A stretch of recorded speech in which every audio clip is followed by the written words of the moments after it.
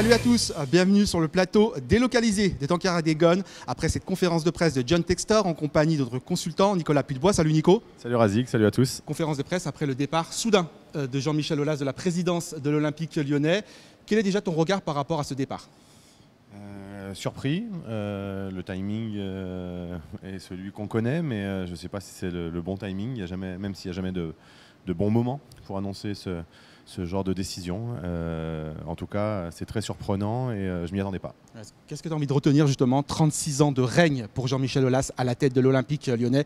Les années Aulas, 3 petits points.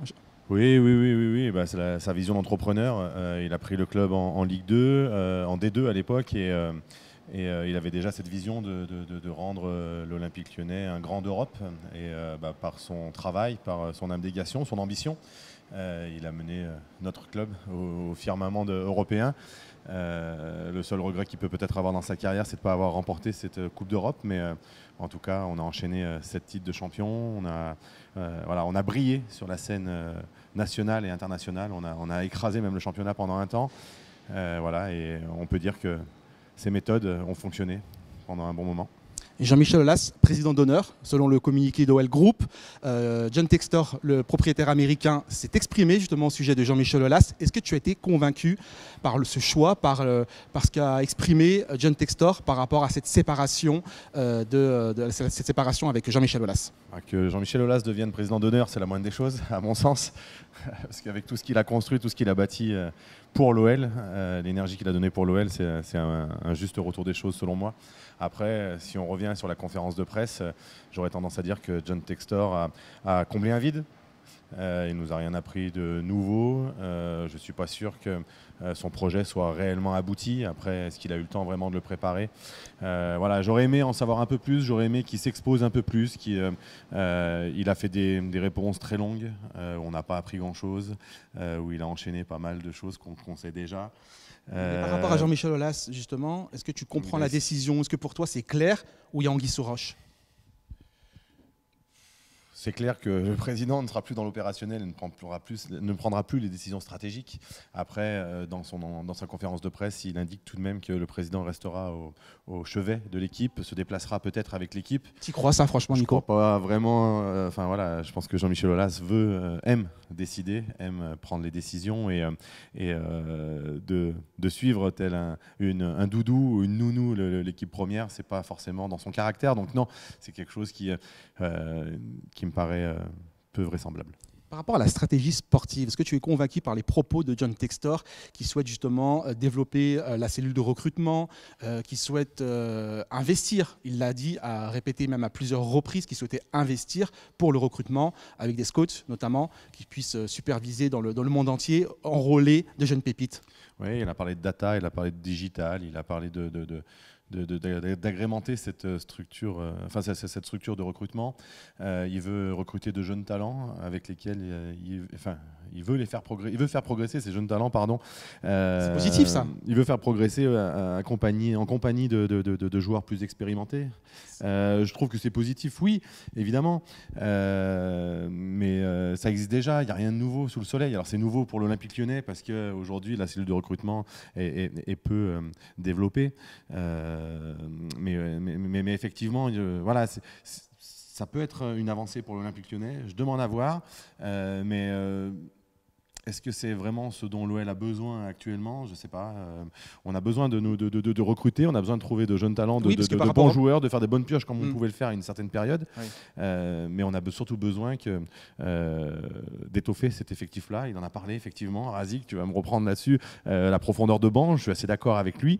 Il énonce des grands principes qui me paraissent moi fondamentaux c'est des fondamentaux pour avoir des résultats à l'Olympique lyonnais et dans le foot en général, mais comment, pourquoi, avec qui? Oui, c'est vrai que pour l'instant il n'a pas su répondre notamment à la question du directeur sportif, entre autres, oui. Entre autres, directeur général, mais ça à la limite, mais surtout directeur sportif pour les amoureux de foot, c'est important quand même au niveau de la stratégie du recrutement.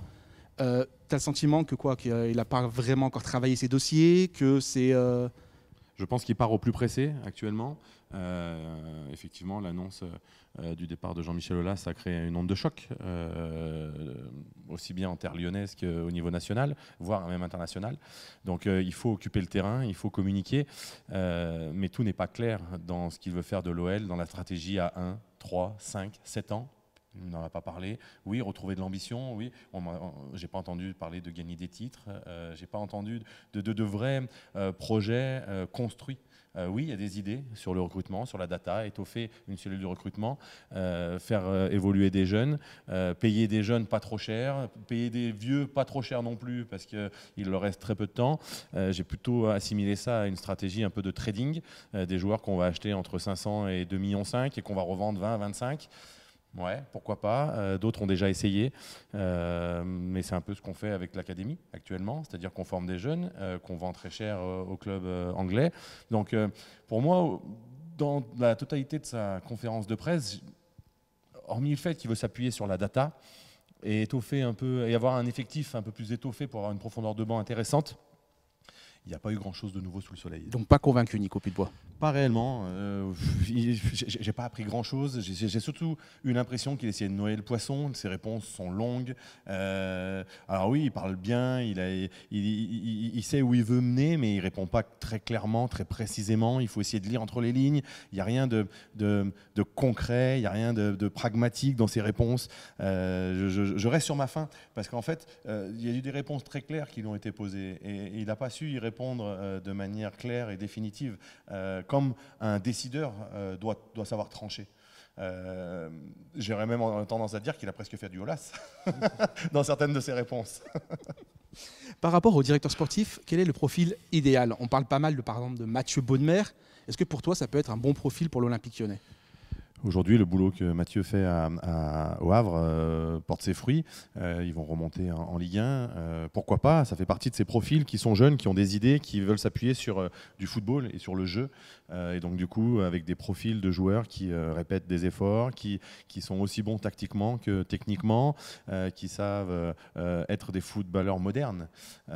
Donc oui, il a une vision du football qui est intéressante. Après, est-ce qu'elle va aider l'OL à passer un cap, à créer un renouveau, à avoir de nouveau de très grands résultats? Seul l'avenir nous le dira, mais effectivement, ça fait partie de ces jeunes qui arrivent sur le marché et qui ont des idées et qui pourraient peut-être faire du bien au football actuel.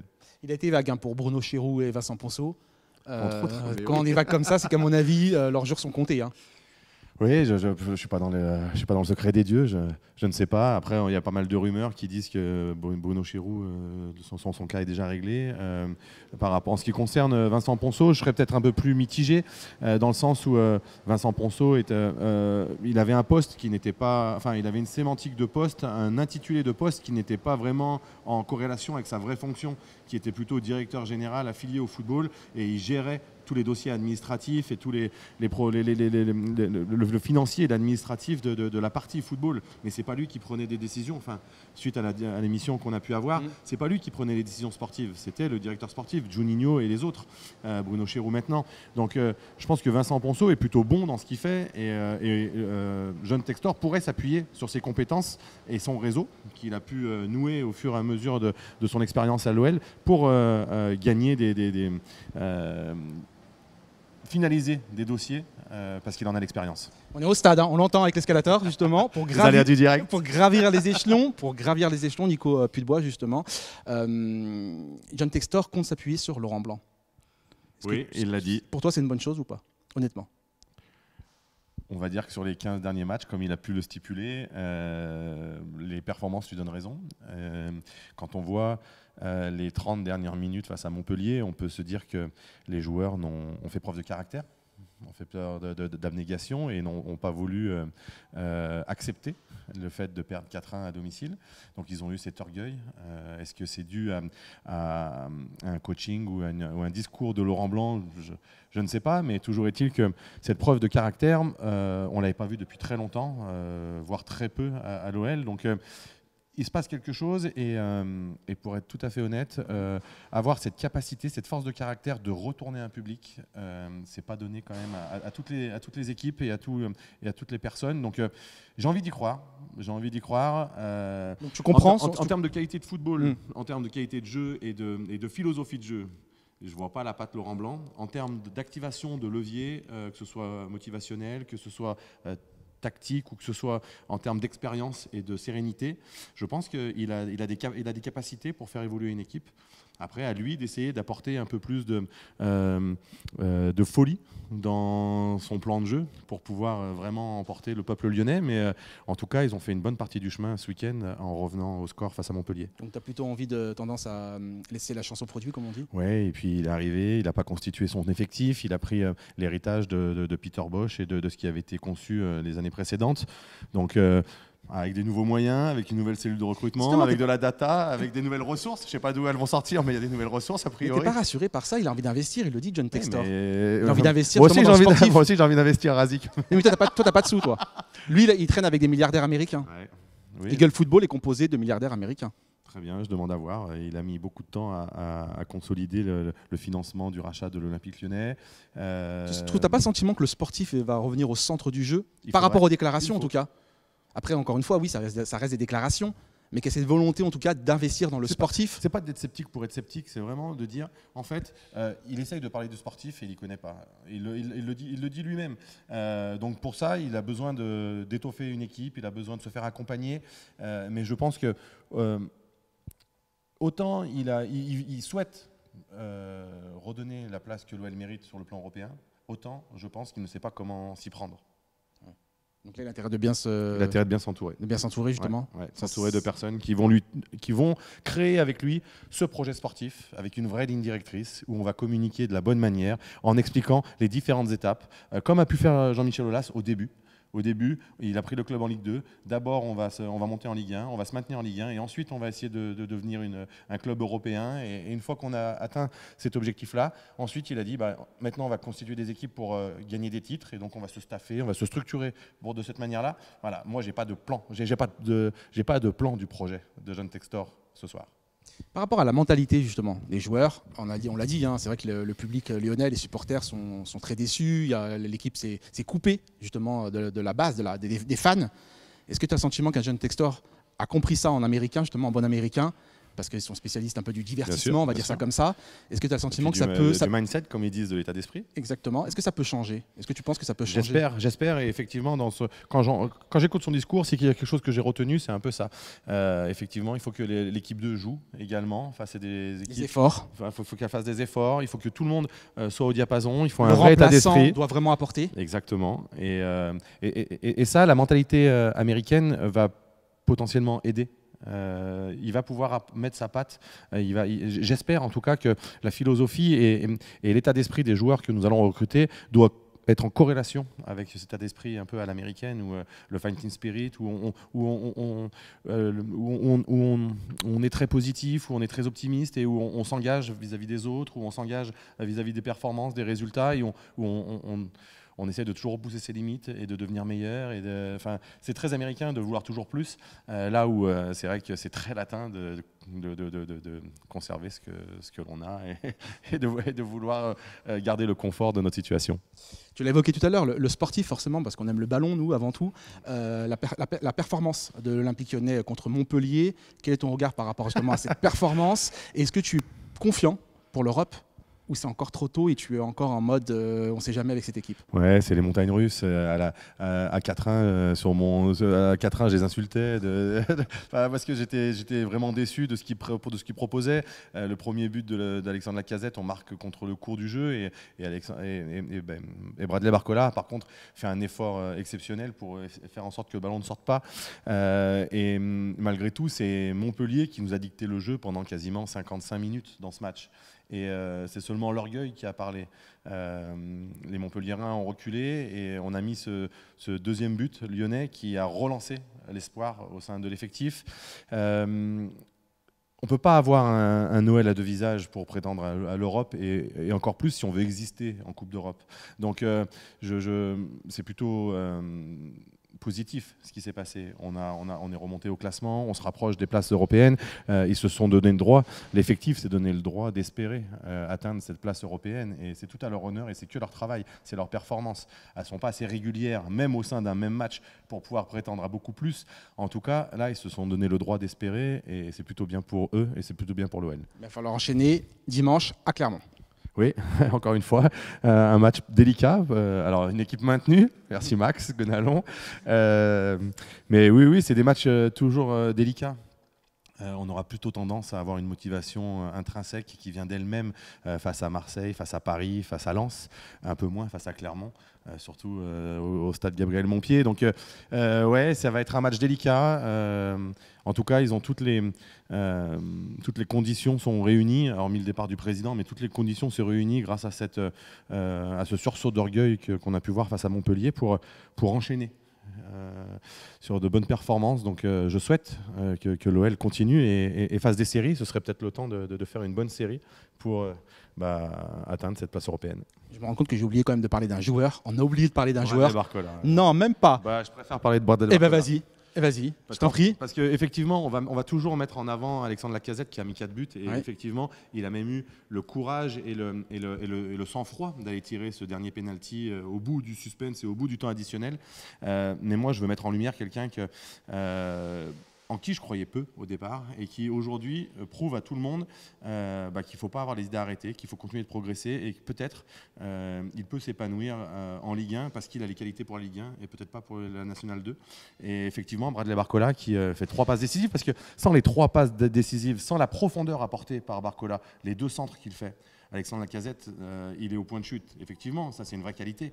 Mais si Bradley Barcola ne fait pas l'effort sur le premier but et les 2 débordements sur les autres, Alexandre Lacazette n'existe peu dans ce match-là. Donc effectivement, c'est exceptionnel de mettre un quadruplé, c'est exceptionnel d'avoir ce tempérament et ce courage d'aller tirer un pénalty en fin de match.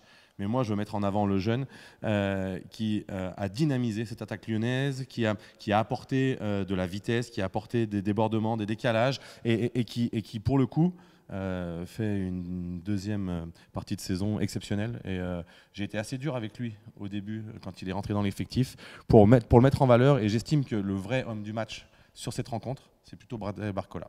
Alors, je comprends. Mais tout de même, Alex Lacazette, l'attitude, là c'est une véritable, c'est une vraie attitude de leader, de capitaine. Bien sûr. On l'a vu sur le terrain, il réconforte entre autres le Penant, et il encourage les siens. On sent que tout de même, là, il montre son leadership. Oui, enfin, il a pris les choses en main et c'est plutôt appréciable. On l'en savait capable et c'est bien d'en avoir la confirmation par les actes.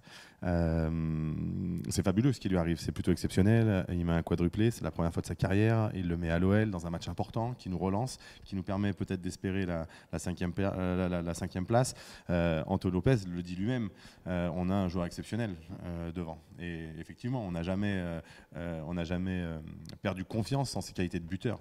On savait que c'était quelqu'un qui, devant le but, avait un sang-froid, avait une habilité qui lui permettait de faire des choses exceptionnelles.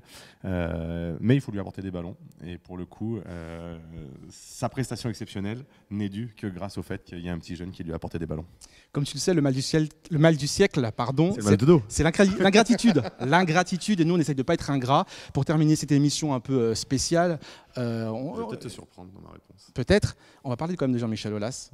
C'est vrai, c'était un peu compliqué tous les deux, notamment des échanges médiatiques un peu compliqués, on va dire ça comme ça. Qu'est-ce que tu as envie de retenir de l'homme et du président? Qu'est-ce que tu as envie de dire au sujet de Jean-Michel Aulas? Non, moi je l'ai déjà dit à olympiquelyonnais.com, je crois que tu allais me parler d'Hatem Ben Arfa. Mais, tu peux le dire après. Hatem Ben Arfa, en fait, on peut ne pas être d'accord avec lui, on peut trouver qu'il est con d'avoir fait cette remarque et d'avoir fait cette sortie, mais il a le droit, c'est son avis. Apparemment, la liberté d'expression existe et même si je suis profondément en désaccord avec ce qu'il a pu dire et ce qu'il a pu dire sur le président, si c'est son avis, c'est le sien et il est respectable autant que les autres. Mais c'est vrai qu'il est ingrat par contre, pour le coup. Par contre, il est ingrat. Parce que nous, on sait bien, et même plus que ça. On est bien placé pour le savoir. Tout ce qu'a fait Jean-Michel Aulas, évidemment. Mais si c'est son avis, Oui, c'est son avis. Et tout le monde peut s'exprimer, tu le sais qu'on est... Tant qu'il l'assume, voilà, il en est responsable. Moi, ce que je retiens du président, à titre personnel, c'est qu'il m'a fait grandir à tout point de vue. Si j'ai la vie que j'ai actuellement, si j'ai eu la chance de partager des joies, des émotions, des victoires et des réussites à l'OL, si j'ai la vie que j'ai pu avoir et que j'ai aujourd'hui et qui est loin de celle que j'aurais pu imaginer quand j'étais enfant, c'est seulement parce que un monsieur comme Jean-Michel Aulas a eu l'ambition de construire un club extraordinaire et de le faire à Lyon. Donc moi j'ai bénéficié de tout son travail, du mien également, mais surtout de la coquille qu'il a pu construire, et moi j'ai pu m'y épanouir au sein de cette coquille-là. Et même si par la suite on a eu quelques... comment dire, bisbilles, des accords. Des accords. Des accords. Tu lui en veux pas? Bah en fait, si, tu lui en veux encore? Non, je lui en veux pas, mais d'autant plus que c'est très enrichissant, c'est nourrissant à titre individuel, à titre intellectuel, de pouvoir échanger, de pouvoir comprendre comment une personne de son envergure peut accorder un tant soit peu d'importance à quelqu'un de petit comme moi, et surtout de débattre, d'échanger. On est encore là pour intellectuellement par rapport à un échange d'idées. Comprendre l'autre, pouvoir échanger, pouvoir se nourrir mutuellement peut-être, je l'espère. Mais en tout cas, c'était voilà, on a tendance à dire que quand on se rapproche du soleil, on a tendance à se brûler. Moi, j'ai eu plutôt l'impression, en me rapprochant de ce personnage qui est Jean-Michel Aulas, de grandir, de mûrir et de m'épanouir. Donc non, mais je l'en remercie parce que sans lui et même sans nos échanges un peu virulents, je ne serais pas l'homme que je suis actuellement et je n'aurais pas la manière de penser que j'ai actuellement. Donc voilà, toutes les choses sont faites pour être... il faut toujours prendre le bon côté des choses et s'en nourrir, et c'est ce que j'ai pu faire à son contact, et je le remercierai jamais assez d'avoir pu me donner la vie que je peux avoir. Tout en étant respectueux de ce qu'il a fait, tout ce qu'il a entrepris pour l'Olympique Lyonnais, pour cette ville de Lyon. Maintenant, tu te dis, place à l'avenir, justement. Il faut que l'Olympique Lyonnais retrouve sa splendeur d'antan, comme on dit. Ouais, Nico, il faut gagner des titres, il faut être ambitieux. Et je vais même être... alors, c'est pas être ingrat, mais j'aurais aimé que le président prenne lui-même la décision de se retirer, qu'il choisisse sa sortie pour le bien du club, pour son bien à lui. J'aurais aimé qu'il puisse peut-être s'arrêter il y a 3, 4, 5 ans et qu'on puisse passer au renouveau. Il aurait apporté sa clairvoyance, il aurait apporté son esprit, mais avec des idées un peu plus jeunes, avec un peu plus d'énergie à apporter à ce club-là. Et donc oui, maintenant, on espère que l'avenir de l'OL avec John Textor et son équipe et toutes les nouvelles actions qu'il va mettre en place vont porter leurs fruits et vont permettre à l'OL de nouveau briller sur la scène nationale et internationale. Merci Nico. Merci, émission Razi. spéciale ici en direct du stade. Merci Anthony Ravas pour la réalisation. On se retrouve bien évidemment lundi prochain. Oui. Mais sur notre plateau, Nico. On sera mieux installé. On sera mieux lundi prochain pour un nouveau numéro des Tankers à Dégonne.